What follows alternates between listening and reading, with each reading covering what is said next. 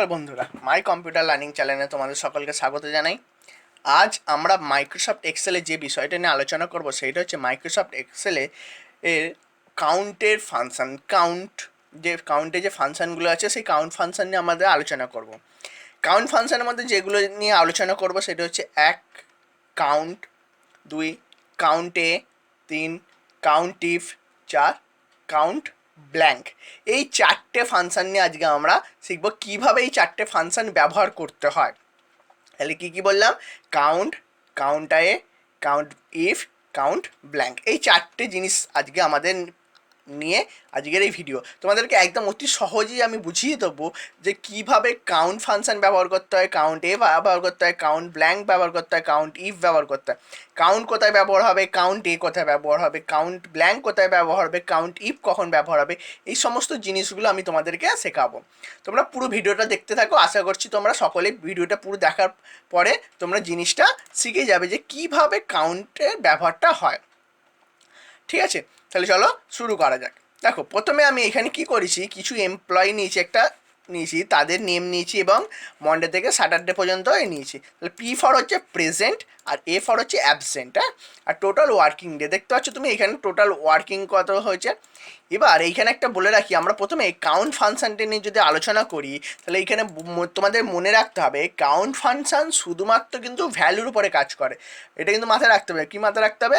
যে যখন আমরা কোনো কাউন্ট ফাংশন ব্যবহার করব, সেই কাউন্ট ফাংশন কিন্তু শুধুমাত্র নাম্বারের উপর ভিত্তি করে হয়, টেক্সটের ভেতরে ভিত্তি করে হয় না। যেমন ধরো আমি এখানে কাউন্ট ফাংশনটা নিলাম সমান কাউন্ট, ফার্স্ট ব্র্যাকেট ওপেন করলাম, কী চাইছে? ভ্যালু চাইছে।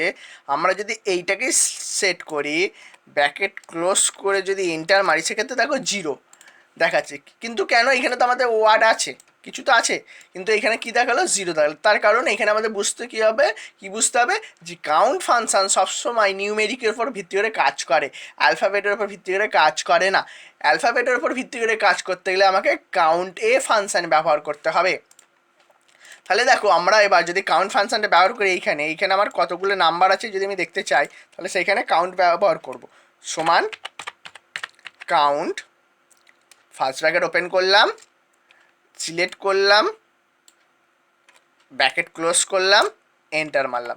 দেখো 6টা আছে, গুনে নাও 1 2 3 4 5 6। তাহলে দেখো এইখানেও আমরা কাউন্ট ফাংশন ব্যবহার করেছি, দেখতে পাচ্ছ, এবং এইখানেও কাউন্ট ফাংশন ব্যবহার করেছি। তাহলে কি হলো? এইটার ভ্যালু এলো 0 আর এইটার ভ্যালু এলো 6। কেন? এই ঘরটাও তো আমার ছিল, ডেটা এন্ট্রি করা ছিল, এই ঘরটাও ডেটা এন্ট্রি করা ছিল। তাহলে এই ঘরে 0 এলো আর এই ঘরটা এখানে 6 এলো। তার কারণ কাউন্ট ফাংশন শুধুমাত্র নিউমেরিক ভ্যালুর উপর কাজ করে, এমনি অ্যালফাবেটের উপর কাজ করে না, এটাই মনে রাখতে হবে। ঠিক আছে, তাহলে কাউন্ট ফাংশন আমরা কিভাবে করলাম আরেকবার দেখে নিই। সমান কাউন্ট, ফার্স্ট ব্র্যাকেট ওপেন দেওয়ার পর এইগুলোকে সিলেক্ট করলাম, ব্র্যাকেট ক্লোজ করে এন্টার প্রেস করে দিলেই এসে যাবে কাউন্ট ফাংশন। এবারে আমরা এখানে CountA ব্যবহার করবো। যেমন ধরো এইখানে দেখতে পাচ্ছ CountA ব্যবহার করে আমি করে রেখেছি। তাহলে এই যে জিনিসটা আছে, এই জিনিসটা এ কতদিন টোটাল কাজ করেছে সেইটা আমি বার করব। কিসের সাহায্যে বার করব? এইটা কাউন্টের সাহায্যে বার করব। আচ্ছা, প্রেজেন্ট, এটা দেখতে পাচ্ছ আমি CountIf ব্যবহার করে রেখেছি, মানে কদিন প্রেজেন্ট সে হয়েছিল, কদিন অ্যাবসেন্ট হয়েছে, সেইটাও CountIfের সাহায্যে ব্যবহার করে রেখেছি। তাহলে এইগুলোকে আমি একটু মুছে দিচ্ছি। মুছে দেওয়ার পর আমি টোটাল ওয়ার্কিং ডে, তাহলে আমরা এখানে জানলাম কি, যে যদি আমরা এটাকে কাউন্ট করতে চাই টোটাল কতদিন কাজ হয়েছে, সেক্ষেত্রে কিন্তু আমরা কাউন্ট ফাংশন ব্যবহার করতে পারবো না। কেন ব্যবহার করতে পারবো না? তার কারণ এখানে কিন্তু কোনো নাম্বার নেই, কি আছে? অ্যালফাবেট আছে। তার জন্য আমাদেরকে কী ব্যবহার করতে হবে? CountA function. দেখো কীভাবে CountA ফাংশন ব্যবহার হবে। সমান CountA, ফার্স্ট ব্র্যাকেট ওপেন করলাম, সিলেক্ট, ভ্যালু চেয়েছে, সিলেক্ট, এই ভ্যালুগুলোকে করে দিলাম, ব্র্যাকেট ক্লোজ করে দিলাম, দেওয়ার পর এন্টার করে দিলাম। দেখো 5 এসে গেল। যদি আমরা এখানে কাউন্ট ব্যবহার করতাম, সমান কাউন্ট, ফার্স্ট ব্র্যাকেট ওপেন, এটাকে যদি আমরা সিলেক্ট করতাম, তাহলে দেখো সেক্ষেত্রে কিন্তু 0 আসছে। তাহলে আমরা যখন কোনো ওয়ার্ড আসবে, ওয়ার্ডকে নিয়ে কাউন্ট করব, তখন আমরা কি করব না, তখন আমরা CountA ব্যবহার করব। হয়ে গেল। এবারে আমরা আসছি CountIf ফাংশন। তাহলে কি বলেছে এইখানে আমাদের, এই যে এইখানে দেখো পি আছে মানে প্রেজেন্ট, এ আছে মানে অ্যাবসেন্ট, তাই তো? তার মধ্যে থেকে এর ভেতর থেকে আমাকে কতগুলো পেশেন্ট আছে সেটা কাউন্ট করতে হবে। তাহলে আমি কিভাবে করব, কাউন্ট ইফ লাগিয়ে, দেখো সমান, যখন কোনো কন্ডিশন দিয়ে কাজ হবে তখন আমরা কাউন্ট ইফ ব্যবহার করব।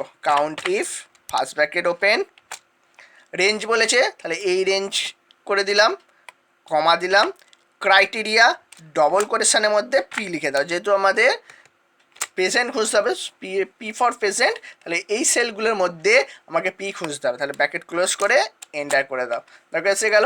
ধরে এটাকে ড্র্যাগ করে দাও। আবার এটাকে আমি অ্যাবসেন্ট খুঁজবো একইভাবে, সমান count if first bracket open, select range, এই রেঞ্জটাকে সিলেক্ট করলাম, রেঞ্জটাকে সিলেক্ট করলাম, কমা দিলাম, দিয়ে ডবল কোটেশনের মধ্যে এ লিখে দিলাম, ব্র্যাকেট ক্লোজ করে অ্যাবসেন্ট লিখে দিলাম, এটা এসে গেল। দেওয়ার পর এটাকে ধরে ড্র্যাগ করে দিলাম। এবারে এই যে দেখো আমি এইখানে কিছু জিনিস ফাঁকা রেখেছি, আমাদেরকে কাউন্ট ব্ল্যাঙ্ক করবো। আমরা দেখতে চাইছি যে এর মধ্যে থেকে আমাদের কতগুলো ব্ল্যাঙ্ক আছে আমি দেখতে চাইছি।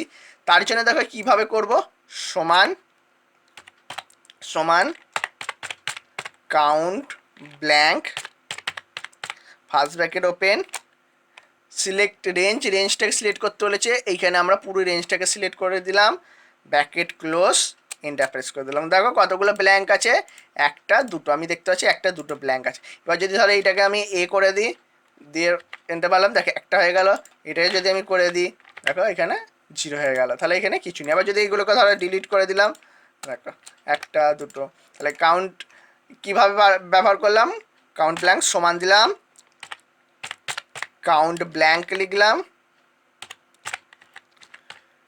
ফার্স্ট ব্র্যাকেট ওপেন করলাম, রেঞ্জকে সিলেক্ট করলাম, যে রেঞ্জের মধ্যে দেখতে চাইছি, ব্র্যাকেট ক্লোজ করলাম, এন্টার মেরে দিলাম। এইভাবে আমরা কাউন্ট ব্ল্যাঙ্কটা করলাম। তাহলে আমরা কিভাবে কাউন্ট করব, কিভাবে কাউন্ট আ ব্যবহার করব, কিভাবে কাউন্ট ইফ ব্যবহার করব, কিভাবে কাউন্ট ব্ল্যাঙ্ক করব, ক্যালকুলেশন করব, ফাংশনটা ইউজ করবো, আশা করি তোমরা বুঝতে পেরেছো। যদি ভিডিওটি ভালো লেগে থাকে অবশ্যই একটা লাইক করো, আর তুমি যদি চ্যানেলটিকে প্রথম হয়ে থাকো অবশ্যই চ্যানেলটিকে সাবস্ক্রাইব করো। আর ভিডিওটি দেখার জন্য অসংখ্য ধন্যবাদ।